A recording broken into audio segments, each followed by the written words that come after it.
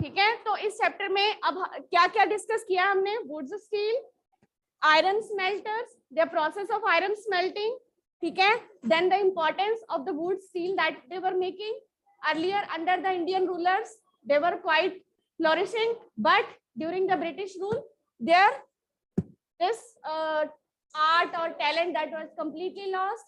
We completely lost this wood steel process, and the iron smelter, they were jobless, and there were various reasons for their decline. That reasons we have discussed, ठीक है, in detail. So अब हमारे पास weavers भी हमने कर लिया. Then we have discussed about iron smelters. अब हम डिस्कस करेंगे फैक्ट्री ऑनर्स के बारे में, ठीक है. अब जैसे हमने टेक्सटाइल का जब हमने डिस्कस किया था तो उसमें भी हमने डिस्कस किया था थोड़ा सा कि कॉटन मिल्स सेटअप होनी शुरू हो गई थी, है ना. Why cotton mills were set up, कि कॉटन मिल्स कौन कौन सी फर्स्ट सेटअप हुई ये भी हमने डिस्कस किया, कहाँ कहाँ सेटअप हुई, ठीक है. सिर्फ पहले बॉम्बे में, फिर और भी एरियाज में. बट फर्स्ट अगर हम बात करें, फर्स्ट मिल कहाँ सेटअप हुई थी, तो व्हाट वाज रीजन, ठीक है. तो अब जैसे जब आप ज्योग्राफी में करोगे तो वहां पे हम सारे रीजंस भी करेंगे कि कोई भी फैक्ट्री या कोई भी अगर हम प्रोडक्शन करते हैं तो उसके लिए क्या क्या चीजें हमें चाहिए होती है और हम वो वहां पर फैक्ट्री क्यों सेटअप करते हैं, ठीक है. तो यहाँ पे आपको थोड़ा सा आइडिया वहां पे हम डिटेल में करेंगे सारे, ठीक है, हम ज्योग्राफी को कंसिडर करते हुए. तो थोड़ा सा वही चीज इसमें भी है. अब बॉम्बे में ही पहले जो फैक्ट्री थी टेक्सटाइल की वो क्यों लगाई गई, ठीक है. इसके रीजन क्या थे? सबसे पहले तो it was a important port for the export of raw cotton, ठीक है. यहाँ से क्या होती थी, सारी रॉ कॉटन एक्सपोर्ट की जाती थी, ठीक है. ये क्या था, इम्पोर्टेंट पोर्ट था, ठीक है. यहाँ से एक्सपोर्ट की जाती थी कॉटन. एक तो ये रीजन था. दूसरा कि जहां से हम क्या हिंदी में कह सकते हैं बंदरगाह, जहां से शिप्स के ऊपर सामान सारा लोड करके भेजा जाता है, फिर वहां से जो शिप्स में आता है वो भी वहीं पे सारा हम क्या करते हैं, वहां पे शिप्स लोडिंग, वहां पे सारा शिप्स जो सामान आता है वो भी हम वहीं पे उतरवाते हैं, ठीक है. तो वो हो गए पोर्ट्स, बंदरगाह हो गई, ठीक है, हार्बर्स हो गए जिसको हम बोल देते हैं. उसके बाद तो मतलब बॉम्बे के ही जो कोस्टल एरिया था उसके पास ही था बॉम्बे पोर्ट. एंड देन उसके बाद it was close to the vast black soil. और यहाँ पे और हमें क्या मिलती थी,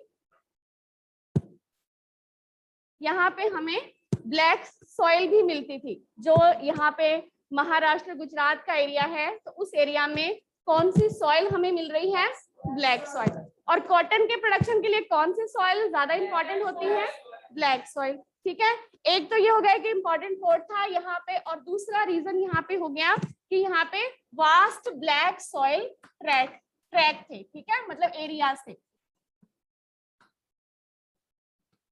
तो वास्ट ब्लैक सॉइल एरियाज भी थे यहाँ पे. दूसरा उसके बाद अब यहाँ पे अगर हम टेक्सटाइल मिल लगाएंगे तो हमें सप्लाई भी, रॉ मटेरियल भी इजीली मिल जाएगा, उसको हम इजीली भेज भी सकेंगे आगे. दोनों चीजें हमारे पास यहाँ पे हैं, ठीक है. और उसके साथ we can get raw supplies of raw material with this, and then we can supply them also with ease. और दूसरी चीज यहाँ पे जो कुछ हम कह सकते हैं कि ब्रिटिशर्स के ही सपोर्टर्स भी थे और ब्रिटिशर्स के फ्रेंडली उनके साथ रिलेशंस भी थे. बिजनेसमैन थे जो कि पारसी और गुजराती, ठीक है. उन्होंने यहाँ मनी इन्वेस्ट किया इन फैक्ट्रीज को सेटअप करने में. पारसी और Gujarati businessman, Parsi and Gujarati businessman, जिन्होंने की यहाँ पे they invested and made their money through trade with China. तो यहाँ से वो ट्रेड भी करते थे और यहीं पे उन्होंने और इन्वेस्ट भी किया यहाँ पे फैक्ट्रीज में. उसके बाद मैनी अदर एरियाज में भी फैक्ट्रीज एस्टैब्लिश की गई. यस, ट्रेड विद चाइना, ठीक है. तो ये हो गया कि why cotton mills were established in Bombay, ठीक है. बाकी तो हम कर चुके हैं कि जब मिल एस्टैब्लिश होगी तो क्या क्या प्रॉब्लम्स आई, है ना. तो वो हम कर जैसे कि एक तो ब्रिटेन से वो कर ही रहे हैं इंपोर्ट. अब इंडिया में भी हमने ये कुछ कॉटन मिल्स लगाई हैं, लेकिन इनको भी ब्रिटेन गवर्नमेंट का पूरा सपोर्ट नहीं मिल रहा था। सेम वे जैसे ब्रिटेन के लोकल प्रोड्यूसर को वहां की गवर्नमेंट ने सपोर्ट किया था, हैवी ड्यूटीज लगा दी इंपोर्ट पे, और उन्होंने कुछ बैन भी कर दिया, लेकिन यहाँ के ब्रिटिश गवर्नमेंट ने कोई उनको सपोर्ट नहीं किया। तो कई स्टार्टिंग में इंडियन टेक्सटाइल इंडस्ट्री भी इतनी ज्यादा फ्लोरिश नहीं थी। ठीक है,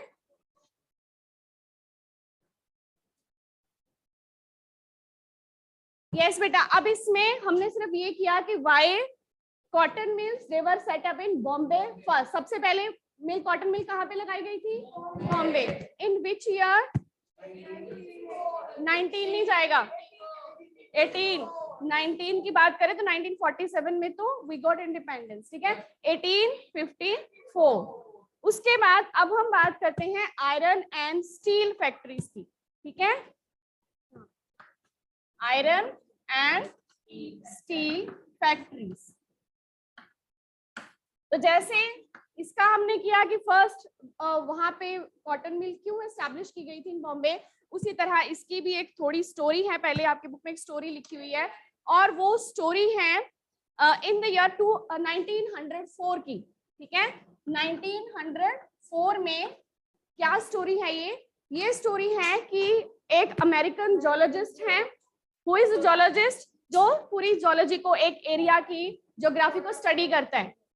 ठीक है, कि वहाँ की सॉइल कैसी है, वहाँ का एरिया कैसा है, तो वहाँ का सॉइल का टेक्सचर कैसा है, या वहाँ पे क्या क्या चीजें मिल रही है, अगर मिनरल्स मिल रहे हैं तो वो मिनरल्स किस तरह के, उनकी प्रॉपर्टीज क्या है ना। केमिकल प्रॉपर्टीज हमने किया था मिनरल्स में कि they are having special chemical properties. तो ये जोलॉजिस्ट है, और जोलॉजिस्ट का नाम क्या था? Charles well. ठीक है, एक जोलॉजिस्ट थे, दूसरे थे उनके साथ दोराबजी टाटा, और उनके एल्डेस्ट सन जमशेदजी टाटा। अब इनके नाम तो आपने सुने होंगे, है ना, टाटा बिरलास, है ना। तो ये क्या है, आज भी बहुत इंपॉर्टेंट इंडस्ट्रियलिस्ट हैं, है ना। तो इसमें अब सबसे पहले 1904 की अगर बात करें तो उस टाइम पे भी दे वर ट्रेवलिंग। अब ये जो स्टोरी है ये क्या है कि they were travelling in which area? In Chhattisgarh, in the Chhattisgarh state of India, कि वहां पे वो ट्रेवल कर रहे हैं। और क्यों ट्रेवल कर रहे हैं? They are in the search of iron ore. ठीक है, आयरन ओर डिपॉजिट्स की सर्च कर रहे हैं। ठीक है, अब उनको क्या लगानी है? आयरन एंड स्टील फैक्ट्री लगानी है। ठीक है, क्योंकि उनके पास अब काफी मनी है, and they want to invest it, कहीं वो इन्वेस्ट करना चाहते हैं, और वो चाहते हैं कि कोई वो बड़ी इंडस्ट्री लगाए। जैसे कि ब्रिटेन में इंडस्ट्रियल डेवलपमेंट हो चुकी है, वहां से आयरन इंपोर्ट भी किया जा रहा है इंडिया में। ये तो हम पहले डिस्कस कर चुके हैं ना आयरन स्मेल्टर्स के रीजंस में, कि import of iron has been started from Britain. तो वो भी आयरन स्मेल्टर्स को एक लॉस था। ठीक है, तो वो इंपोर्ट भी किया जा रहा है।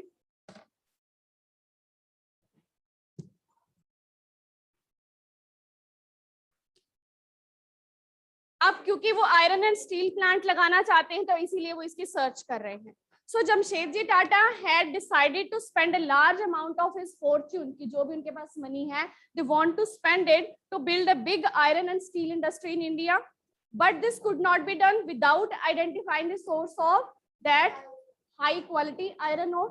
ठीक है, सो अब इसी तरह वो ट्रेवल कर रहे हैं, उसकी सर्च भी कर रहे हैं। तो इसी तरह एक दिन ट्रेवल करते हुए कई फॉरेस्ट में कई आवर्स वो ट्रेवल करते रहे। Weld and Dorabji they came up in a small village, और वो small village and they found, उन्होंने देखा कि एक group of men and women थे, they were carrying baskets in their hand, और उन बास्केट्स में क्या था? Iron ore, basket loads of iron ore. और वो पीपल, जो ग्रुप ऑफ पीपल था, जो वो लेके आ रहे थे बास्केट्स उनका आयरन ओर की, तो वो ग्रुप का नाम क्या था? वो किस ग्रुप के कम्युनिटी के लोग थे? वो कम्युनिटी थी अगारियास। अगारियास कौन थे? They were a community of iron smelters. जैसे हमने बात की ना आयरन स्मेल्टर्स, तो वो आयरन स्मेल्टर्स की ही एक कम्युनिटी थी अगारियास, जो कि आयरन को स्मेल्ट करते थे, उससे आगे आयरन ब्लॉक्स बना के टूल्स वेपन्स बनाते थे। ठीक है, अब अगारियस के पास जब उन्होंने देखा, फिर उन्होंने then they asked कि where they had found this iron ore, then Agarias pointed to the hill, उन्होंने एक हिल की तरफ पॉइंट आउट किया, and that was at a distance. Then Weld and Dorobji they reached the hill after a exhausting trek through dense forest and then exploring the hill, और उस हिल का नाम क्या था? राजहरा हिल्स। ठीक है। On exploring the hill the geologist declared कि they had last found what they has been looking for, कि जिसकी वो खोज कर रहे थे वो आयरन और अब उन्हें मिल गया है। और वो उन्होंने जब देखा उसको सारा कि that was the best quality of iron ore in the world. ठीक है, तो वो वर्ल्ड में काफी फाइनेस्ट क्वालिटी का आयरन ओर था। तो किसकी हेल्प से उन्हें वो आयरन ओर का मिला? अगारियास। ठीक है, जो आयरन स्मेल्टर्स की कम्युनिटी थी और बाद में उन्हीं अगारियास की, जैसे आप इस अपनी बुक में ये पिक्चर भी बनी हुई है आपकी बुक में पेज नंबर 90 पे, डेजर्टेड विलेज। डेजर्टेड विलेज की मीन्स कि उस विलेज में अब कोई नहीं रहता, जहां पे कि ऑलरेडी पहले अगारियास रह रहे थे, आयरन स्मेल्टर्स की कम्युनिटी थी, काफी वो इस आयरन स्मेल्टिंग का काम करते थे। ठीक है, तो लेकिन बहुत टाइम के बाद उनको वो अपने सारे फर्नेसेस छोड़ के जाना पड़ा। तो उसका रीजन एक हमने लास्ट में कल एक पॉइंट किया था रीजंस में, कि अर्ली 20th सेंचुरी में एक और नया चैलेंज का सामना करना पड़ा उनको, and that challenge was establishment of iron and steel factory in India. जब इंडिया में iron and steel factory establish होगी तो आयरन स्मेल्टर्स का जो काम था वो कंप्लीटली बंद हो गया। ठीक है, सो अब यहाँ पे उनको आयरन ओर मिल गया। ठीक है, अब सिर्फ आयरन ओर की बात नहीं, उसके बाद वो रीजन जहाँ पे राजहरा हिल्स पे उनको वो आयरन ओर मिला, दैट रीजन वाज ड्राई। वो उस रीजन में कोई उनको वाटर अवेलेबिलिटी नहीं थी। ठीक है, and they needed water. Water तो जरूरी है, अगर फैक्ट्री चलानी है तो वाटर सॉल्व्स मेनी पर्पसेस, कई तरह के पर्पसेस के लिए हमें चाहिए। फैक्ट्री एस्टेब्लिश करनी है, बाद में वहां पे काम करना है, तो कंस्ट्रक्शन करनी है, हर पर्पस के लिए हमें वाटर अवेलेबिलिटी चाहिए। ठीक है, उसके बाद देन उस वहां पे राजहरा हिल्स के आसपास कोई उन्हें वाटर अवेलेबिलिटी नहीं थी। Then Tatas had to continue the search for a more suitable place for their factory, and then they continue, and Agarias helped them in the discovery of iron ore. ठीक है, जिस जहां पे बाद में वहां पे भिलाई स्टील प्लांट लगाया गया, उसके बाद जो एरिया उन्हें फैक्ट्री एस्टेब्लिश करने के लिए मिला वो कहाँ पे मिला? Near the bank of river Subarnarekha. ठीक है, तो सुबर्न रेखा रिवर के आसपास उन्हें एरिया मिला जहां पे उन्हें उस रिवर के आसपास के एरिया में उन्होंने फैक्ट्री लगाई, और उस इंडस्ट्रियल टाउनशिप का नाम क्या था? जमशेदपुर। ठीक है, अब यहाँ पे आयरन एंड स्टील फैक्ट्री कहाँ पे लगाई गई? First iron and steel factory was established in Jamshedpur area था। ठीक है, जमशेदपुर एरिया में, अब जमशेदपुर एरिया में किस रिवर के पास? यहाँ पे कौन सी रिवर है पास में? कौन सी रिवर है? सुबर्न रेखा। उसके बाद यहाँ पे आयरन ओर की अवेलेबिलिटी कहाँ पे हुई? आयरन ओर की अवेलेबिलिटी कहाँ पे हुई? राजहरा हिल्स। और कौन सा एरिया है? स्टेट कौन सा है ये? छत्तीसगढ़। ठीक है, राजहरा हिल्स में। और कौन सा स्टील प्लांट लगाया गया सबसे पहले? पहले भिलाई स्टील प्लांट लगाया गया। ठीक है, और उन्होंने वहां पे जो 1912 में कंपनी का जो नाम रखा, that company came into existence, that was Tata iron and steel company. ठीक है, टाटा आयरन,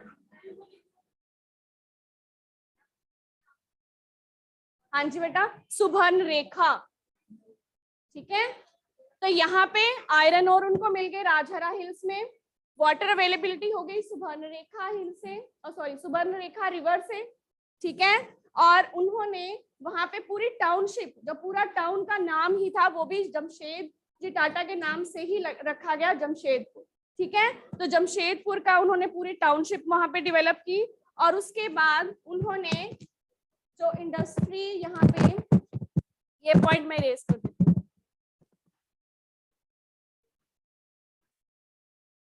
तो जो इंडस्ट्री उन्होंने एस्टैब्लिश की कौन से ईयर में, और उसका नाम क्या था?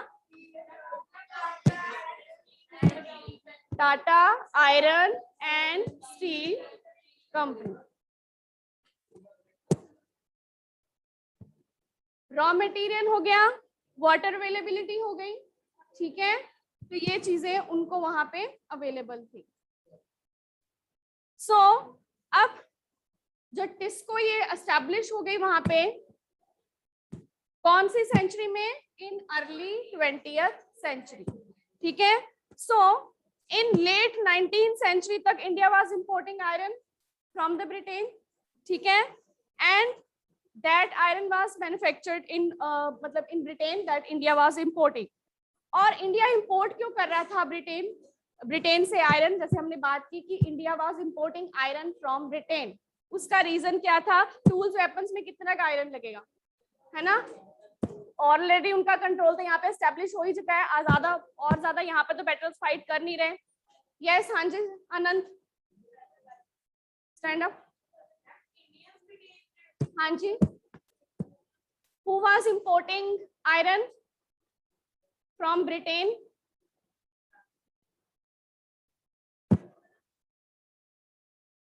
Why they were importing iron? Import iron करने का मतलब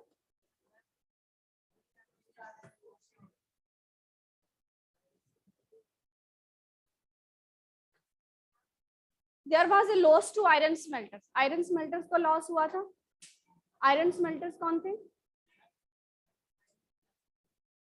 जो आयरन से स्वॉर्ड बनाते थे, जो हमने बात की, उन आयरन स्मेल्टर्स को लॉस क्यों हुआ था?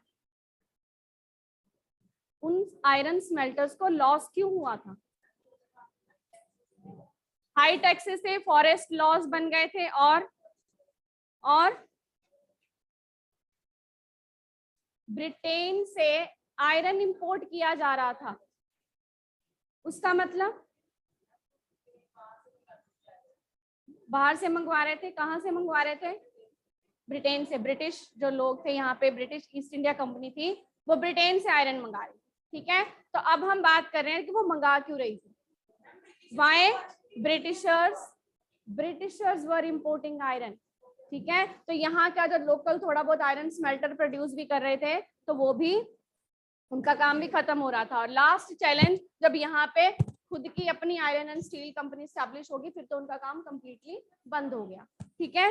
अब हमारा क्वेश्चन है कि why Britain they were importing iron from Britain in late 19th century, ठीक है। अर्ली 20th में तो ये स्टैब्लिश हो गई है, लेकिन लेट 19th सेंचुरी तक वो मंगवा रहे हैं, because there was expansion of railways in India. India में क्या था? रेलवेज एक्सपेंशन कर रहे थे वो, और रेलवेज को बनाने के लिए, कंस्ट्रक्शन के लिए, उसकी लाइंस बनाने के लिए आयरन की जरूरत है। हरमन सिट क्वाइटली, किसकी जरूरत है? आयरन की, ठीक है। So British experts in Indian railways, they were unwilling to believe कि good quality of steel could be produced in India, ठीक है। तो वो यहाँ पे एस्टेब्लिश हो चुकी हैं, लेकिन इनसे ब्रिटिशर्स अभी तक खरीद नहीं रहे हैं। They are continuously importing the iron from Britain, वो ब्रिटेन से ही मंगवा रहे हैं, क्योंकि उनको लगता है कि वहां का आयरन ज्यादा बढ़िया है और यहाँ का आयरन, इंडिया में बेटर आयरन प्रोड्यूस नहीं हो रहा। लेकिन फिर इसकी अभी हम देख रहे हैं कि बहुत ज्यादा डेवलपमेंट इनकी हो चुकी है, ठीक है। तो उसके बाद इसकी डेवलपमेंट कब जाके हुई? इसके बाद जब वर्ल्ड वॉर हुई, तो फर्स्ट वर्ल्ड वॉर का टाइम पीरियड क्या था? 1914 से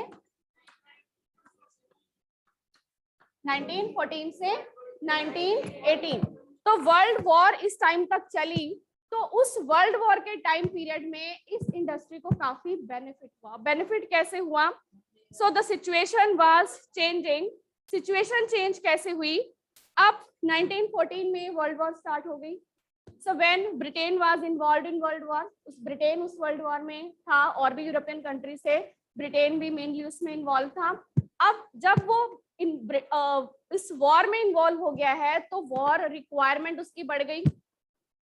वॉर रिक्वायरमेंट क्या थी? डिमांड्स ऑफ वॉर क्या थी? जैसे सोल्जर्स के लिए अब नए सोल्जर्स रिक्रूटमेंट ज्यादा हो रही है, ठीक है। उन सोल्जर्स के लिए वेपन्स हो गए, टूल्स हो गए, और उनकी जैसे हम यूनिफॉर्म में भी उस टाइम पे ऐड हो रहा है, ठीक है। कॉटन टेक्सटाइल मिल्स उनकी यूनिफॉर्म वगैरह बना रही हैं, आयरन एंड स्टील इंडस्ट्री, वो भी मतलब काफी जो इंडस्ट्रीज थी मोस्टली उनकी जरूरतों को पूरा करने में लग गए।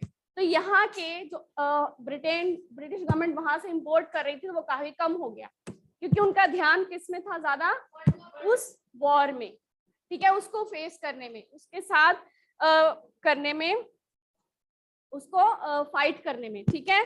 उसके बाद जब steel produced in Britain now had to meet the demands of war in Europe, import of British steel into India decline, वो डिक्लाइन हो गया।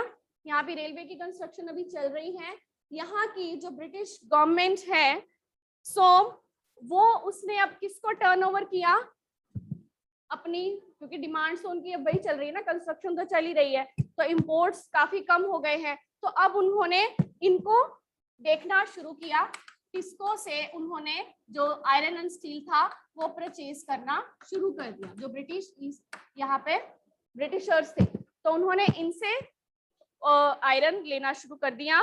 सो they turn to the TISCO for supply of rails. अब war जो थी वो कई साल तक चली, तो उस टाइम पीरियड में इस स्टील इंडस्ट्री को काफी टाइम मिल गया अपने आप को और ज्यादा डेवलप करने का। They had to produce shells, carriage wheels for the war.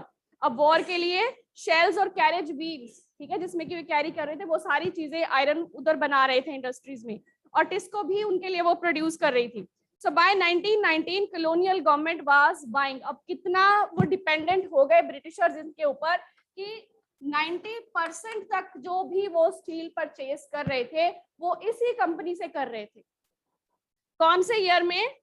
Bye 1919, मतलब वर्ल्ड वॉर खत्म होने तक जो ये total Britishers iron and steel purchase कर रहे थे, दे वर, जो हमारी यहाँ की इंडियन गवर्नमेंट, कॉलोनियल गवर्नमेंट थी, that was purchasing 90% of the steel that was manufactured by TISCO, ठीक है, जो ये प्रोड्यूस कर रही थी। तो ये 1919, ठीक है, इस ईयर तक 90% ऑफ स्टील वो इनसे ही परचेज कर रहे थे। सो इस तरह धीरे धीरे ये अब क्या बन गई थी, very big industry in India, ठीक है।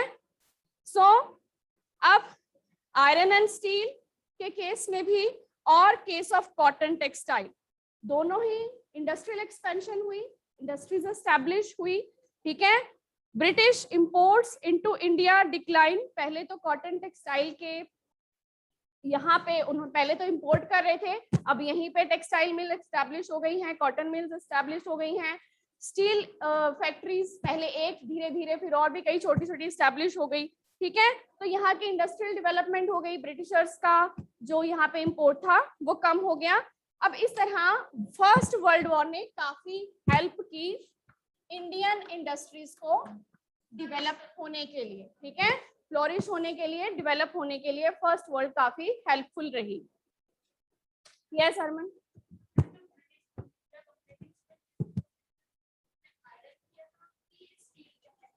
ब्रिटिश ईस्ट इंडिया कंपनी, अब जैसे 1857 में तो ब्रिटिश गवर्नमेंट खुद ही कंट्रोल कर रही थी ना, उससे पहले तो ईस्ट इंडिया कंपनी थी लेकिन it was under the British government, उससे पहले ब्रिटिश ईस्ट इंडिया गवर्नमेंट ही यहाँ पे कंट्रोल कर रही थी आफ्टर 1857 ना। तो अभी आप इसमें क्या कह रहे हो?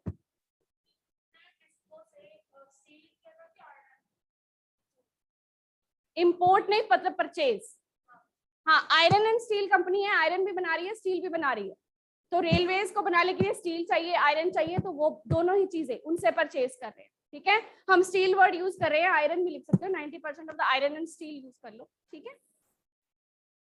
अब धीरे धीरे यहाँ पे इंडस्ट्रियल डेवलपमेंट भी हो चुकी थी, इंडियन इंडस्ट्रियलिस्ट वो काफी धीरे धीरे स्ट्रॉन्ग होना शुरू हो गए, उधर से इंडिया में नेशनलिस्ट मूवमेंट्स भी स्टार्ट हो चुकी थी, 1919 तक जाते जाते काफी मूवमेंट स्टार्ट हो गई थी, ठीक है, और वो हम करेंगे आगे। तो उसमें इंडस्ट्रियल डेवलपमेंट भी हो चुकी है, काफी मूवमेंट्स भी स्टार्ट हो गई हैं, तो मींस ये time period, colonial time period, no doubt काफी हमारे लिए दैट वाज एक डिफिकल्ट था हमारे लिए। कई जो आयरन स्मेल्टर्स थे, जैसे हमने वीवर्स की बात की, वो जॉबलेस भी हो गए, है ना, कईयों के लिए बहुत बुरा भी था, बट इंडस्ट्रियल एक्सपेंशन भी हुई, है ना, इंडस्ट्रियल डेवलपमेंट भी हुई, जिसको कि हम आज डेवलपमेंट का क्राइटेरिया बोलते हैं कि डेवलपमेंट हुई है, तो ये भी एक क्राइटेरिया है डेवलपमेंट का, इंडस्ट्रीज लगी हुई हैं, इंडस्ट्रियल डेवलपमेंट है, उसके साथ इंफ्रास्ट्रक्चर डेवलप हो रहा है, ठीक है। और जो लोग वहां से आयरन स्मेल्टर्स, वीवर्स, उधर से जिन्होंने काम छोड़ दिया था, उनको काम कहाँ पे मिला? ये जो फैक्ट्रीज एस्टेब्लिश हो रही थी यहाँ पे as a workers, as a labourers, उनको काम मिलना स्टार्ट हो गया, ठीक है। अब इसके क्वेश्चन आंसर्स हम कल डिस्कस करेंगे। Yes, so now who will explain that what were the reasons that cotton mill was established in Bombay? हाँ जी Rudransh.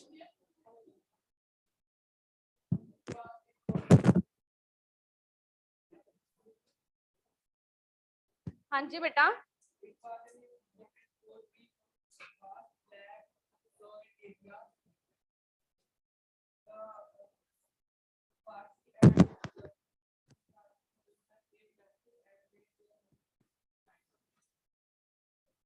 Parsi and Gujaratis, these businessmen, they invested in these cotton textile mills and they traded with. Okay. And why iron and steel factory or steel plant was established in Jamshedpur, or how Jamshedpur become an industrial township? What was the reasons that Jamshedpur emerged as an important township of iron and steel plant? What were the reasons?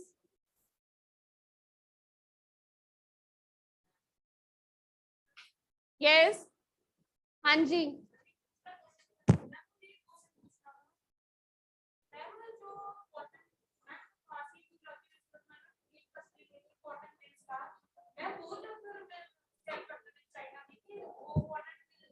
They were businessman, जैसे इन्होंने लगाई है तो यही उसमें से benefit ले रहे हैं ना, तो जब इन्होंने लगाई है तो वही बेनिफिट तो बिजनेसमैन की तरह वो इवॉल्व कर रहे हैं। हाँ, वही बिजनेसमैन, ठीक है। सो नाउ जमशेदपुर का क्या रीजन था? It emerged as a important township. हाँ जी शब्द, हाँ जी बोलो बेटा।